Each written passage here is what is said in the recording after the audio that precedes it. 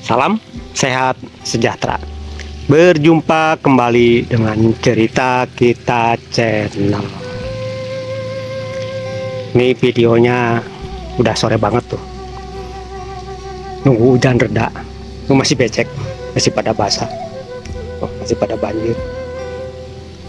Rumput-rumput pun kehujanan semua. Oke.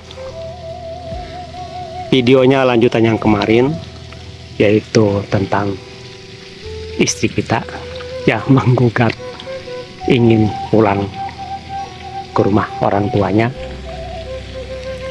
Kemarin saya udah bilang nanti video selanjutnya adalah solusinya. Nah, inilah solusinya. Gimana sih caranya supaya minimal jangan sampai terjadi. Minimal masih bisa bertahan dan mempertahankannya. Ini kisah saya pribadi, bukan kisah ceritanya Pak Iksan, bukan cerita Mang Kadil, bukan ceritanya Mang Yadi. Ini kisah saya tahun 2010. Berarti udah 14 tahun yang lalu.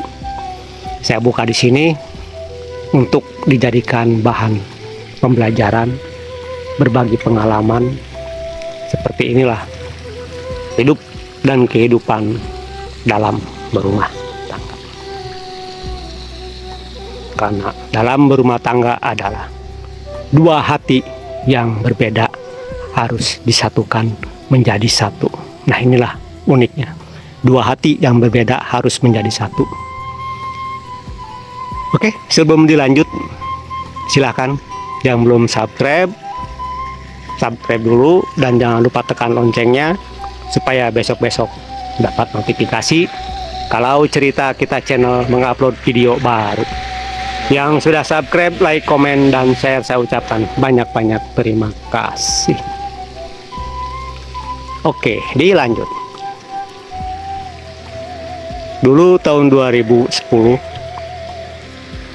waktu itu keadaan saya terpuruk,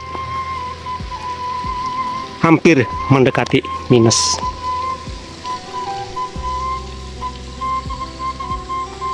Gara-gara simple, pangkalan usaha saya waktu itu digusur, otomatis tidak bisa berkutik, sampai sarana untuk jualan di pangkalan pun dijual. Saya pulang kampung. Apa yang terjadi?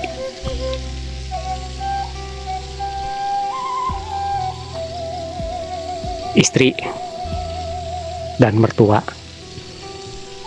tidak menerima karena saya sudah bangkrut. Katanya sudah bokek, sudah tidak bisa menghasilkan uang lagi. Oke deh. Selama seminggu saya terpukul dengan keadaan seperti itu. Saya main ke teman-teman, teman sepermainan, teman sekolah, teman dulu seangkatan kerja. Ternyata nggak ada yang bisa bantu saya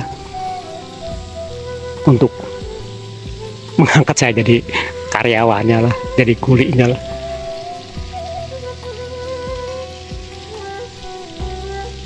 Di ambang kefrustasian itulah jiwa saya meronta.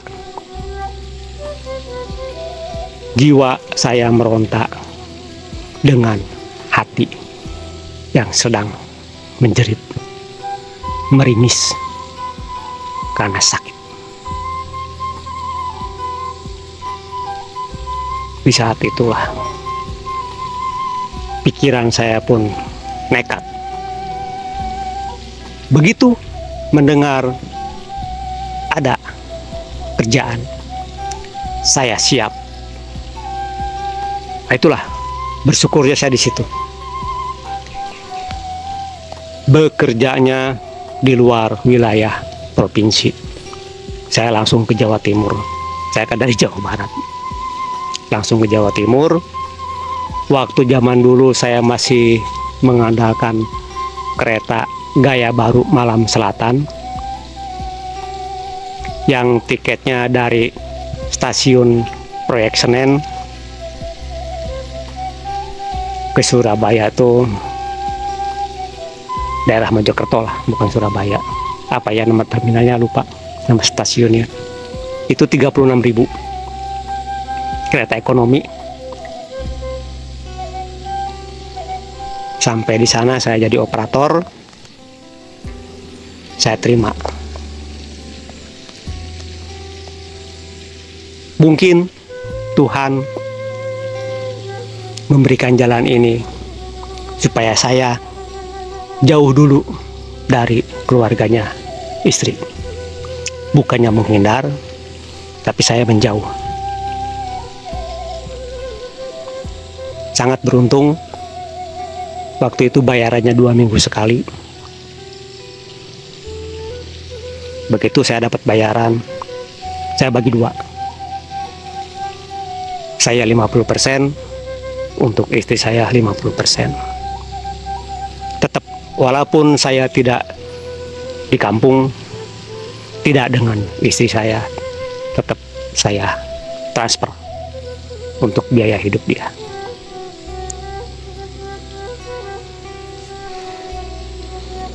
Lama mulai terasa, oh berarti begini harusnya.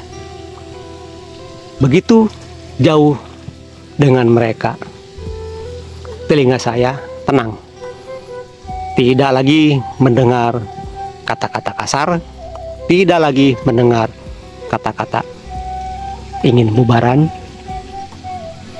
tidak lagi mendengar kata-kata yang jelek. Justru dalam jauhnya inilah jiwa, hati, pikiran saya tenang. Hampir setahun saya kerja operator di sana. Walaupun gak pulang-pulang, tetap saya kasih transferan. Cukuplah untuk makan di kampung.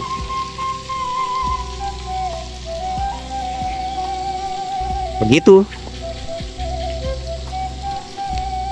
menghadapi Hari Raya Idul Fitri, proyek libur 2 minggu, saya gak mau harus pulang. Tapi saya bertahan, saya nggak akan pulang dulu. Begitu dari Mojokerto sampai ke stasiun Senen, saya justru langsung ke Tangerang.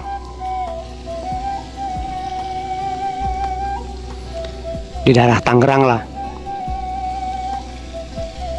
saya nanya-nanya, karena Tangerang waktu itu banyak adik saya.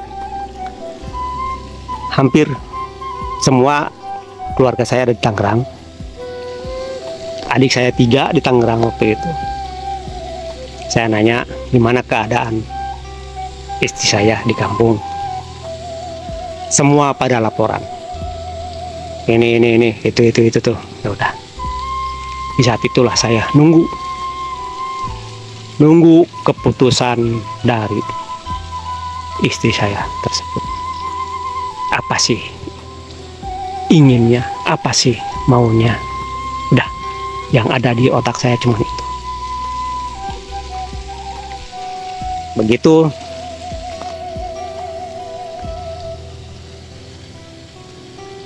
menginjak tahun kedua, saya pun pulang dengan tekad yang bulat. Saya akan menerima keputusan. Jika ingin rujuk, ayo siap. Jika ingin pisah, ya ayo siap. Nah itulah.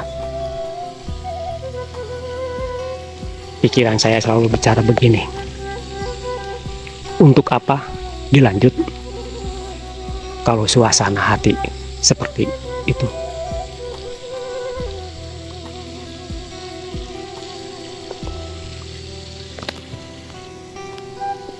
Begitu sampai rumahnya istri.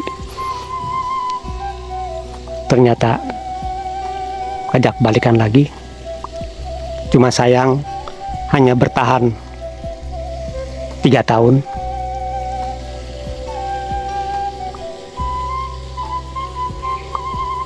Sudah tidak bisa dipertahankan lagi. Suasana dan situasinya sudah mulai kisruh. Begitu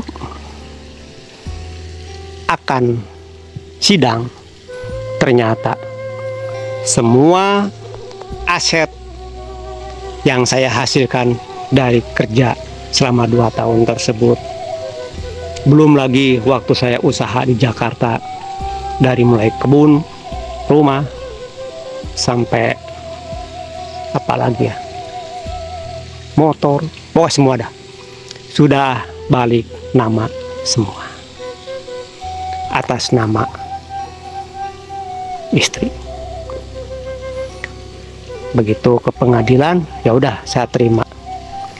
Saya keluar dari rumah tersebut tidak bawa apa-apa, karena semua atas nama mantan istri. Disitulah saya mulai merenung, berarti ini bukan jodoh saya. Apa sih hikmah dari cerita ini? Hikmahnya adalah sederhana. Jika pasangan hidup kita ingin ngajak bubar dengan diri kita, jangan buru-buru kita ambil keputusan ayo bubar, jangan. Tunggu. Siapa tahu pasangan hidup kita ini sedang panik, makanya berucap seperti itu. Siapa tahu perkataan itu tidak disadarinya karena spontanitas, makanya tunggu. Jangan buru-buru diiyakan. Tunggu terus. Kalau kata orang Sunda, hitungannya ada 3. Nista, maja, utama. Kalau sudah 3 kali seperti itu, berarti benar-benar bukan lagi panik, bukan lagi tanpa disadari, tapi sudah benar-benar niatnya bulat. Nah itu. Oke. Tuh udah bunyi, udah mulai sholawatan. Silakan yang belum subscribe dulu, dan jangan lupa tekan loncengnya. Yang sudah subscribe, like, komen, dan share, saya ucapkan banyak-banyak terima kasih.